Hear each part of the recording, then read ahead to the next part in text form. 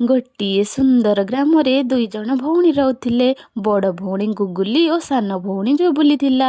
Jubilee ସାନ ଓ ଚଞ୍ଚଳ ଓ ଦୁଷ୍ଟାମି କରୁଥିଲା। ବଡ଼ ଭଉଣୀ ଶାନ୍ତ ଓ ସୁଶୀଳ ଥିଲା।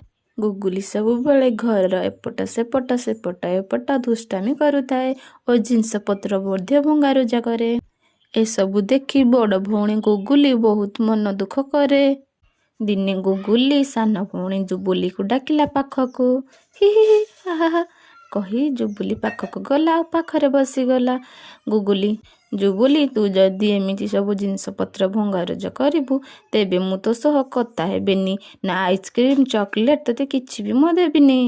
ଜୁବୁଲି ନା ଦିଦି ମୋ ଦୁଷ୍ଟ ହେବିନି, ଶୂନ ପିଲା ହେଇ ରହିବି।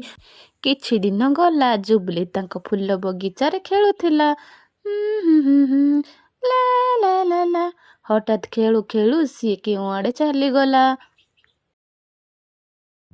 ସେ ଚାଲୁ ଚାଲୁ କେତେବେଳେ ଯେ କୋଉ ଜାଗାକୁ ଚାଲି ଆସିଲା ସେ ଜାଣିପାରୁଥାଏ। ଦେଖିଲା ପାଖରେ ଗୋଟିଏ ଛୋଟ କଡ଼ିଆଟିଏ ଅଛି। ସେ ପାଖକୁ ହାଲକା ହାଲକା ପାଦରେ ଧୀରେ ଧୀରେ କରି ସେ କୁଡ଼ିଆ ଆଡ଼କୁ ଗଲା। ଏମିତି ଭାବି ସେ କୁଡ଼ିଆ ଆଗରେ ମନକୁ ମନ କଥା ହେଲା। ଦିଦି ମୋତେ ଖୋଜୁଥିବ, ମୁଁ କୋଉଆଡ଼କୁ ଚାଲି ଆସିଲି। ଭୋକ ବି ମଧ୍ୟ ଲାଗିଲାଣି। ମୁଁ ଯଦି ଘରେ ଥାନ୍ତି ଦିଦି ବି ମୋତେ ଚକୋଲେଟ୍ ଆଇସ୍କ୍ରିମ୍ କେତେ କ'ଣ ଖାଇବାକୁ ଦେଇଥାନ୍ତା। ସେ ସେମିତି ଭାବି ତା କୁନି